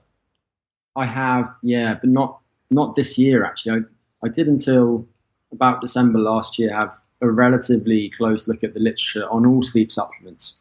So some of the herbs that are out there, various amino acids, so 5-HTP, tryptophan, glycine, there are all sorts of ones that people have looked at. And what does the research say about them? Tryptophan might be the most interesting to me, other than glycine. We'll come back to glycine. So tryptophan, there was a lot of research on in the 1980s or so. And it's a precursor to melatonin ultimately, but via serotonin. Okay. And it's funny because people once thought that serotonin was a sleep hormone, and it's not. It's actually the exact opposite. It depends on the part of the brain that you're looking at, but in general... Wakefulness hormone. Yeah, serotonin is involved in wakefulness. So taking tryptophan with a view towards increasing melatonin levels doesn't make that much sense if it needs to go via serotonin. But anyway, some of those early research studies on tryptophan did show some effects on sleep. I don't recall the specifics off the top of my head. I think people might have fallen asleep slightly faster. And there were some well-done studies too, people using polysomnography, which is where you measure things like the electrical activity in someone's brain and their eye movements. And that gives you the most objective measure of different sleep stages that people cycle through. Yeah. So tryptophan is interesting, but there hasn't been the kind of rigor in the research that I would want to see before I would recommend it.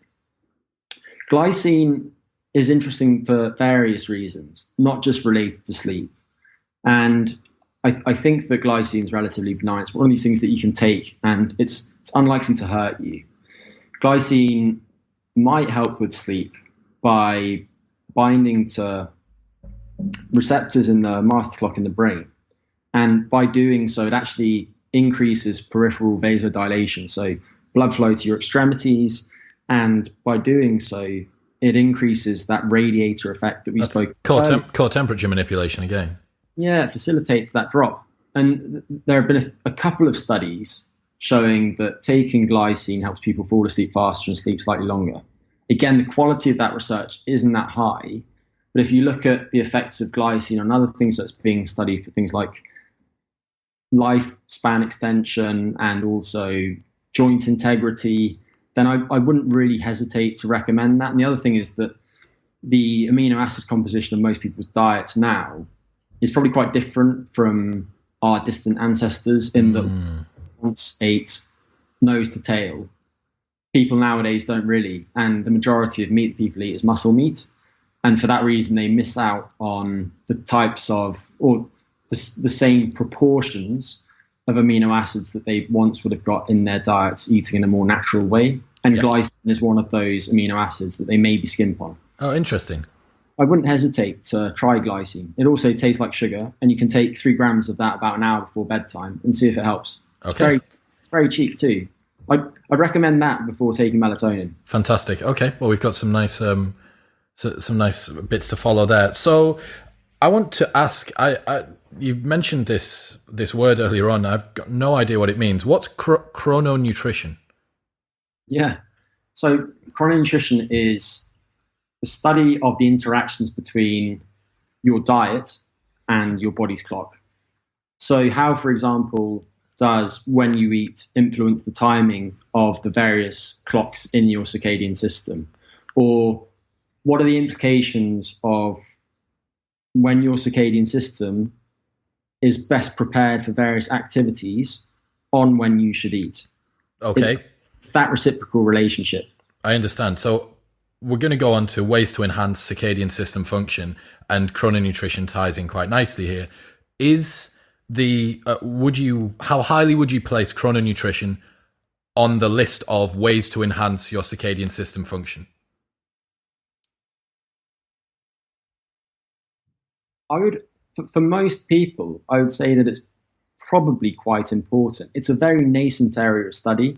There aren't many researchers that have spent many years looking at it. But so far, the evidence is very interesting. And I don't think that many people think about it. And for that reason, it might be a low-hanging fruit.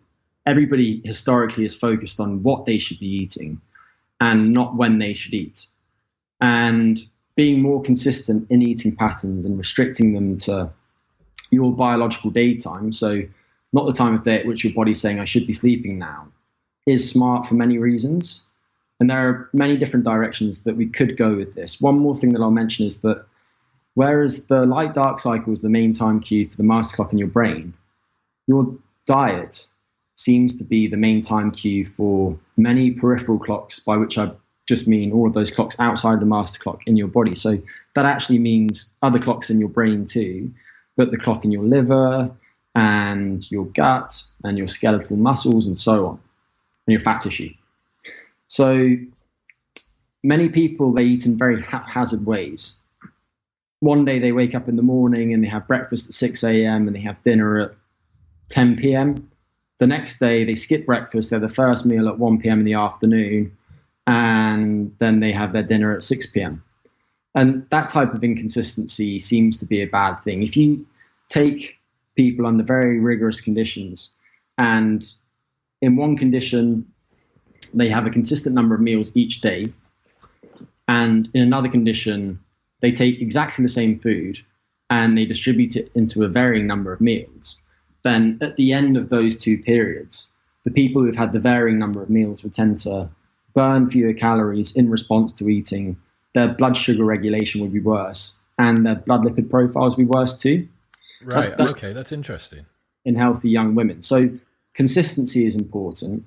Another consideration is the duration of the caloric period. And I say caloric period because I could talk about eating period. However, many people now will have some sort of concoction from Starbucks that has 800 calories. And they might as well be drinking a blended lasagna or something because actually it has many of the same things in it. You have large quantities of fat in it and calories and so on. Yeah.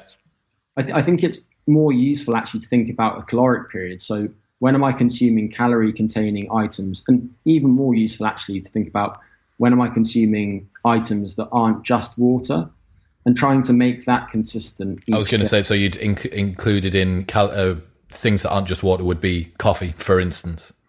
Yeah, and I would throw things like coffee and tea in there, even if it was coffee without milk and sugar, because coffee contains caffeine.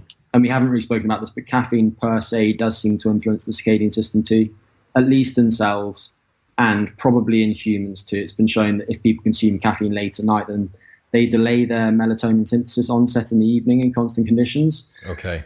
So anyway, that period probably is relevant too for a lot of people. I think consistency might be the most important thing, but people now are looking at these so-called time-restricted eating studies. 16/8s or like 24s and stuff like that with intermittent fasting, right?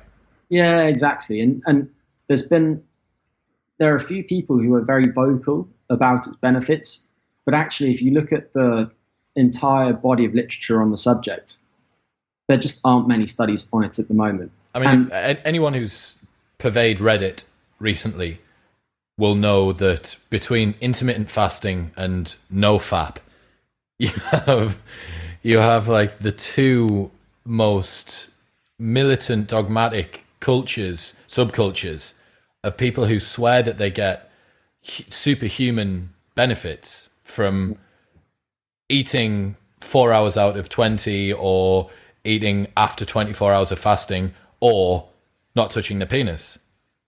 I mean, I don't know. I wonder how many people are doing intermittent fasting and NoFap together. That must be a pretty miserable existence. But yeah, it's both of them seem to be from a similar kind of camp. Yeah, and I think that it probably is useful in some circumstances. So what does the evidence show so far? It shows that if you take people and in one condition they're allowed to eat when they want, and in another condition they restrict their eating period, typically what happens is the people who restrict the eating period or the caloric period will consume fewer calories, but they'll also expend less energy over the day. So they specifically tend to engage in less non-exercise activity thermogenesis, which is just fidgeting, and probably take a few fewer steps each day too. And the net effect of that is that they burn less energy, they consume less energy, and therefore remain in energy balance, as they did in the other condition in which they just eat when they want to eat. So that doesn't seem to be beneficial. And there are a couple of very nice studies that have shown that, two coming out of the University of Bath and also some work from the US too. So body weight seems to be relatively unaffected. Then there's blood sugar regulation. If anything, skipping breakfast specifically as one way to shorten the eating period seems to impair your ability to regulate your blood sugar later in the day. Your blood sugar levels in response to consuming meals are more variable, and that variability is somewhat predictive of the development of metabolic diseases subsequently, like diabetes. Okay. So that's not a beneficial effect. And then almost everything else that's been studied, it doesn't really seem to be having a strong effect on. If anything, it seems to increase inflammatory responses to feeding, which also probably isn't a beneficial effect. Am I saying that it's never going to be useful? Absolutely not. But I think that these kind of compressed eating periods aren't necessary for a lot of people. I think that at the moment, there are too many people jumping on the bandwagon and saying that this is enormously important, when so far the science doesn't really show that. It does show that in rodents. If you look at mice, for example, then it is very protective against metabolic disease development. It's longevity, right? It's a 30% increase around that number in terms of longevity. Yeah, all sorts of things. And one of the really difficult things that people are only just starting to tease apart is the effect of restricted caloric periods as distinct from the effects of energy restriction, because often the two have gone hand in hand historically. Yeah. Is it that you're eating less food, or is it that you're eating within this special window? Yeah. And only very recently have researchers developed the types of methods that they need to answer those questions, even in laboratory animals. So it's going to be really exciting to see what the results of some of those studies are. But anyway, these types of restricted caloric periods are really, really beneficial in other animals. So far, the effects on humans don't really seem to be particularly remarkable as far as I'm concerned from what I've seen. Mm-hmm. But I do think that they will prove to be very valuable for certain people in certain circumstances. Is that in the same way that keto can be useful for people who suffer from epilepsy, for instance? Yeah, that's a very good analogy. I think probably actually people with things like gastrointestinal disorders will benefit from restricted eating periods, because you just give the whole tract a break for a consistent period of time each day. Yeah. So that's one example of a use case which to me makes perfect sense. So there's that. And then there are also certain circumstances in which people are unavoidably inactive. And if they're just sat at the desk all day and they restrict their caloric period and they end up eating less because they've restricted it, and what they eat has absolutely no bearing on their activity regardless, then that might be useful too. So I think that my key takeaways would be that you don't want to eat too late at night or as soon as you wake up in the morning, especially if you wake up to an alarm. You want to wait until shortly after you would naturally be awake before you start consuming anything other than water, in my opinion. Okay. And then also consuming late at night. So let's say if I was going to give you an arbitrary cutoff, within 2 hours of when you plan to go to bed is probably ill-advised, because one of the things that you see in response to calorie ingestion is that your body has to use energy to break down all of those nutrients. So your core temperature rises, and that's going to negatively affect the drop in brain temperature that's necessary to helping you initiate sleep. Mm-hmm. It's there's so many nebulous little elements that are contributing to sleep and the quality of sleep. And then, earlier in the discussion, we went through just how important it is and why it's important to get good sleep. I think it would be quite easy for someone who's listening to hear any of these individual points in isolation and think, well, do I really need to avoid eating? Do I really need to do the hot shower? Do I really need to have the cool room and the fan, so on and so forth? But you think it's one thing that you're going to do absolutely every day. Habit setting to clean your teeth was done when you were a child, and now you don't think twice about it. But if I told you to do it, if I told you that you had to spend 2 minutes 3 times a day sticking something in your mouth, and you'd never done it before in your life, you'd think, oh, well, that's probably a little bit of a pain in the arse.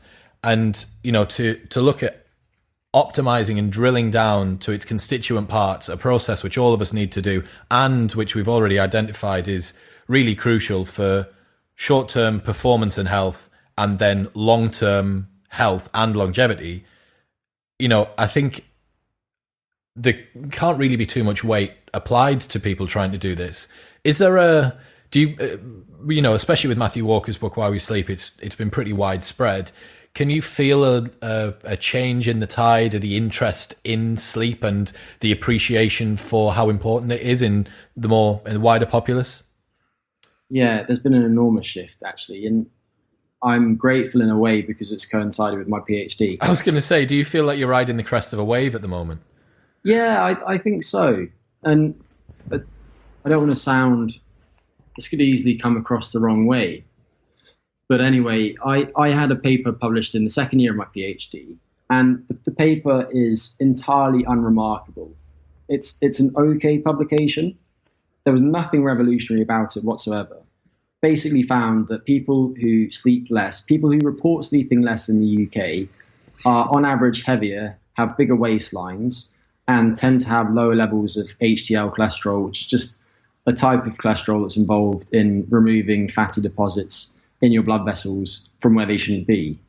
And my supervisor decided to send out a press release on the back of that paper.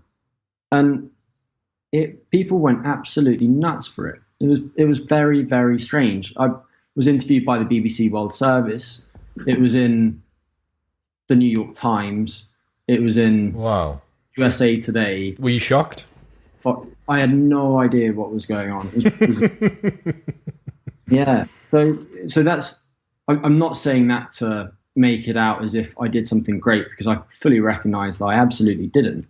It was just fascinating to behold. It's a marker for how interested people are becoming in sleep, right? Yeah, it's a perfect marker for it. But what a fantastic development, because we have spokespeople like Matt Walker, who is a fantastic scientist. There are very few people in the world, if anybody in the world, who knows more about sleep and memory specifically than Matt Walker. But he's also a great communicator. So the nice thing is that we have a handful of people like him who are spreading the good word about sleep, and they're actually generating a lot of momentum and getting in front of the people that they want to be in front of, and starting to instigate some change by raising awareness. And over time, more progressive employers and so on are starting to think more about this. Okay, if our people are sleeping better, then they're going to spend less time absent. They're going to be more productive when they're at work and so on. So what are the things that we can do in the workplace to make it more conducive to having people meet their sleep needs? So the tide is definitely there at the moment. And what's interesting is that whereas with diet, things are repackaged every few years into another fad, and the fad itself more or less delivers the same information in a new way. Like so, calorie deficit. Fewer calories. Eating more vegetables for most people is probably smart. Protein helps keep you full, and don't eat pizza. So, if James Smith PT is listening, he'll be shouting at the mic at the moment, because he is the number one proponent of don't buy into fads. You just need a calorie fucking deficit, mate. Yeah. Well, you've had famous instances of that, haven't you? Like off the back of, what was that film with the famous journalist who went and ate McDonald's for a period of time? Fast Food Nation, was it? Super Size Me. Super Size Me. So he was in really bad shape after that. He was fucked. And then there was a smaller documentary. By smaller, I mean in terms of the amount of attention that it generated in response to that, in which somebody consumed fast food for a similar period of time, but ensured that they were in an energy deficit, and almost all of the health outcomes that they tracked improved over that period of time. So calories are important, and there are these fundamental things. But what I was getting at is that with diet, you have all these different factions of people. At the moment, everybody is absolutely bonkers for ketogenic diets, which completely baffles me on a personal level. But at the same time, I do understand it. And that will pass, and there'll be another one that pops up. Well, I mean, to interject there, the listeners will know how much I adore Jordan Peterson. And as a thinker, he's fantastic. But as a dietitian, I would not take his advice. He was sat on Joe Rogan saying a couple of weeks ago that he'd started the carnivore diet, where he eats he's cut greens out from a ketogenic diet and was never really doing the fat. He eats steak and salt, and that's it. And he was saying to Joe, he was like, I couldn't bloody believe it, you know? I lost 10 pounds in the first month, and then the second month I lost 10 pounds, and that continued every month for 5 months. I'm the same weight I was when I was in college. I can't bloody believe it. You're like, do you understand how many calories you're having per day, Jordan? Your MyFitnessPal says probably 1,500 calories or less. Like, what did you think was going to happen? Your body's starving. Now, I know that your daughter's autoimmune disease has been cured. Absolutely fantastic. And yourself, depression, mood regulation, all of those things. But you can't attribute the weight loss to some magic manipulation of what you're putting in your mouth. It's the fact that you're not eating very much. He said, he literally says 2 minutes after that, my hunger's dropped by 70% at least. I'm never hungry. And I'm like, well, are you fucking surprised? Your body's starving. It's funny. I actually watched that. Just as an aside, I'm not sure if that was a Canadian accent or an Irish. That's me trying to do Canadian, okay? That's my best Jordan Peterson. No, but I think there's a pretty accurate recollection. In fairness to Jordan, he did say, I am not a dietitian and not giving people advice. But the problem is that if it's true and his book is the best-selling book in the world in the last 12 months, then he has this enormous number of people listening to him, and people latch onto that. Yeah. And all of a sudden, we're going to have the Jordan Peterson beef and salt diet. and that's probably not smart. But anyway, to go back to the original point, sleep isn't something that you can repackage in that way. Yes. So it doesn't. I don't think it has the fad potential. I think that various sleep technologies do, and sometimes the fads themselves aren't a bad thing, insofar as they continue to engage people with the behaviors that they need to carry out on a regular basis to be healthy. So I don't care if somebody uses a new toy in order to accomplish that.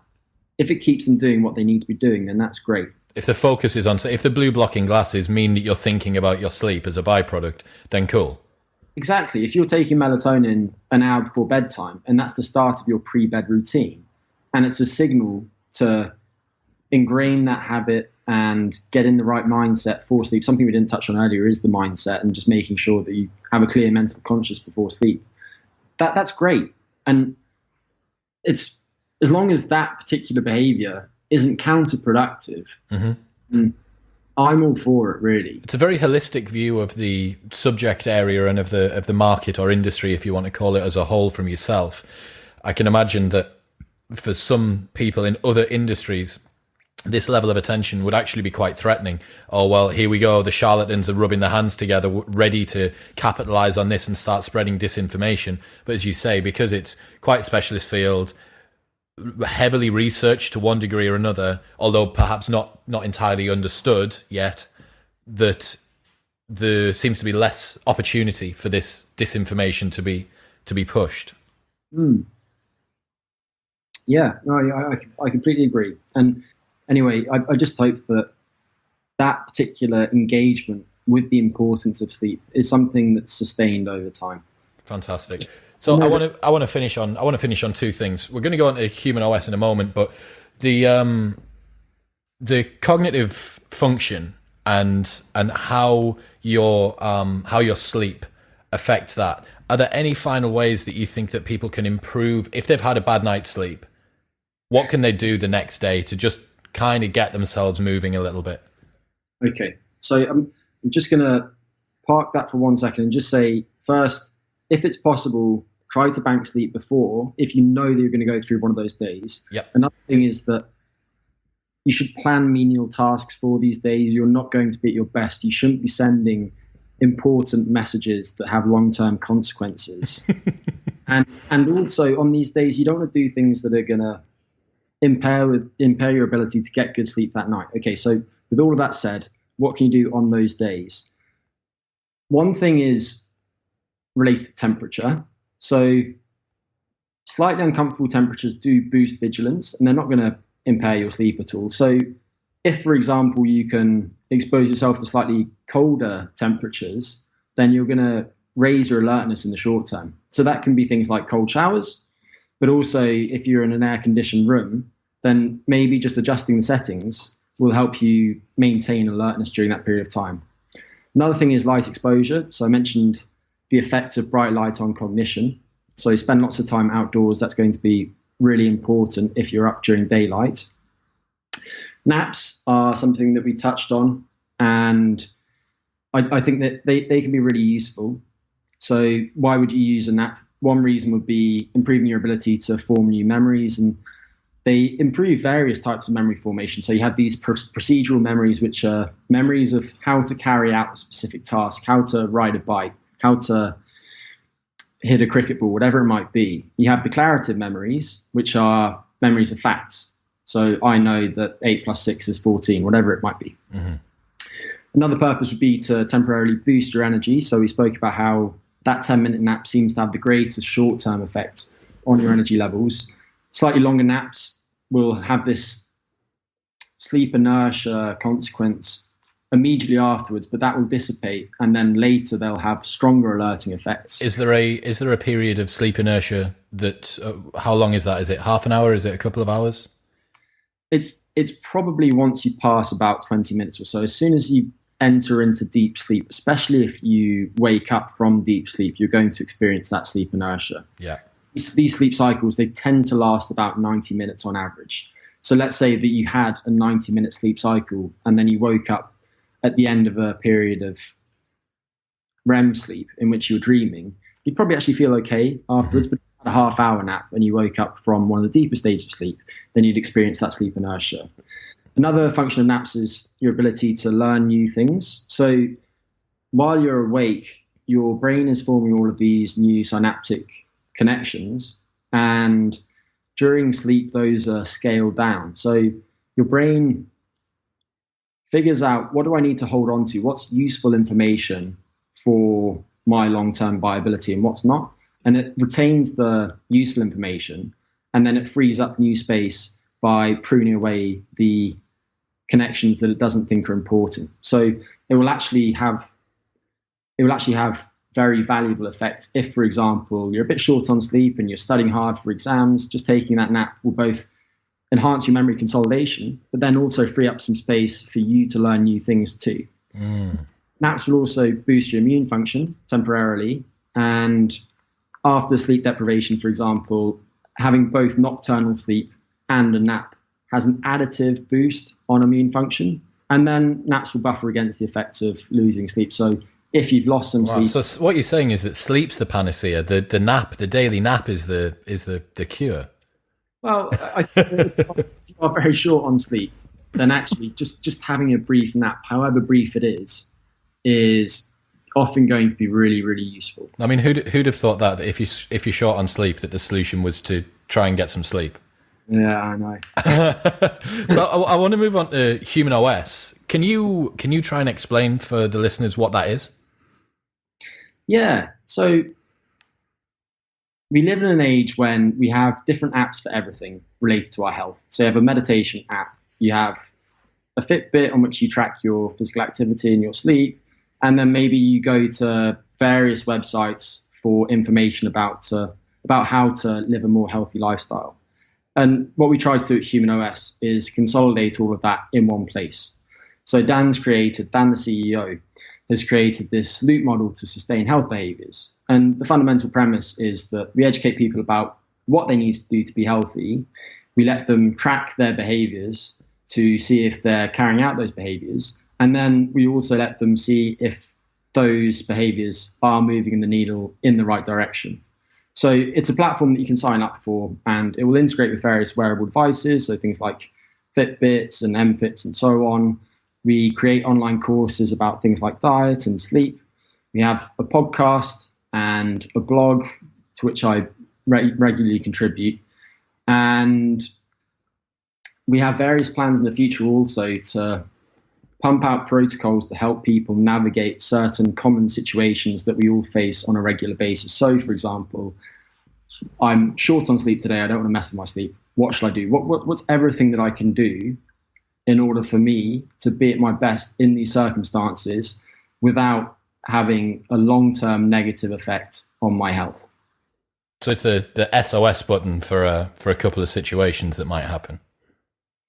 Yeah, Yeah, exactly. And we also try to bridge the gap between the information and the actual practice. So, for example, we have courses on cooking and there are daily workouts. So it's just somewhere you can check in each day to keep you engaged with the behaviors which ultimately are important for your health and to try and make it sustainable and fun.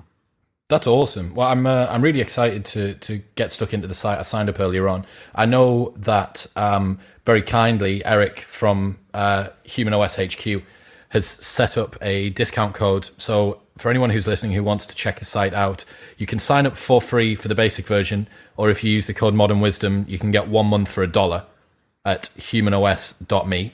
Is that correct? Perfect. Fantastic. So, Greg, would you be able to tell the listeners where they can find you online, please? Yeah, I'm just going to point them towards everything HumanOS related. So humanos.me, you can find humanos.me on Facebook, and Ginny, who is another of my colleagues there, regularly puts things up there. Just views and news and brief synopses of interesting studies that have been published recently. There's HumanOS at HumanOS_me on Twitter. And I would say check out the podcast and the blog. So the podcast is something that covers sleep in great depth, but also a variety of other topics, particularly focusing on various advances in technologies that could be various promising in countering things like aging in the future and technologies that consumers can use to improve their engagement with these important behaviors too. And then also have a look at the blog. So that is everywhere you can find HumanOS online. Fantastic. Well, Greg, I really appreciate your time. There's been an awful lot to learn there, and I genuinely thought coming in that I was going to hear just a repackaged information that I either knew anecdotally or I knew from reading online or from Matthew Walker's book. But it seems like the subject area is so complex and there's so much for people to understand that I really like what you say about people having to engage with it as a cared about metric of their health, a cared about habit that they have to do, as opposed to just that thing that happens at night. And hopefully we've helped impressed on people today just how important it is and some of the tactics they can do to help. Sure, and view them as tactics too. So I don't want people to feel overwhelmed by the number of different things that we've spoken about. I would just say, okay, this is your lifestyle at the moment. You think that particular behavior is something that you can easily try. Give it a go. You don't have to try anything else. And actually having that type of attitude where you just see yourself as a self-experiment and you try all these different things that you think, okay, that might help me, probably won't hurt me. I'm just going to trial it for a period of time and see how I get on, is a really healthy attitude to making sure that you can just keep doing what you need to do in the long term. I agree. Well, Greg, thank you so much for your time. Good luck with the HumanOS.me development. I will be keeping my eyes peeled very closely as you release more of your content. Thanks a million, Chris. Cheers, mate. Bye-bye. Yeah,